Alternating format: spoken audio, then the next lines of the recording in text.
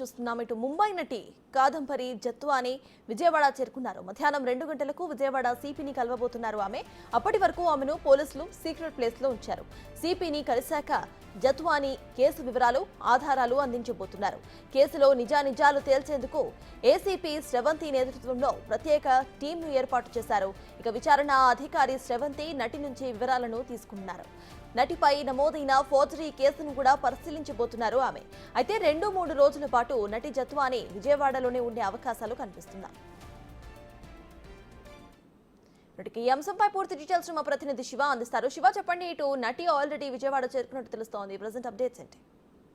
మొత్తం మీద చూసుకుంటే కనుక ఎవరైతే ముంబై నటికి సంబంధించి కూడా కొద్దిసేపు క్రితమే విజయవాడ చేరుకున్నారో ఆమెను ఒక రహస్య ప్రాంతంలో పోలీసులు ఎస్కార్ట్ మధ్య తీసుకొచ్చి రహస్య ప్రాంతంలో ఉంచినట్లు కూడా తెలుస్తోంది. మధ్యాహ్నం అంటే మరికొద్ది సేపట్లో 12 గంటల తర్వాత ఆమె విజయవాడ సిపి కార్యాలయానికి చేరుకొని కేసు వివరాలు, ఆధారాలు విజయవాడ సిపికి అందజేస్తున్నట్లు కూడా తెలుస్తోంది.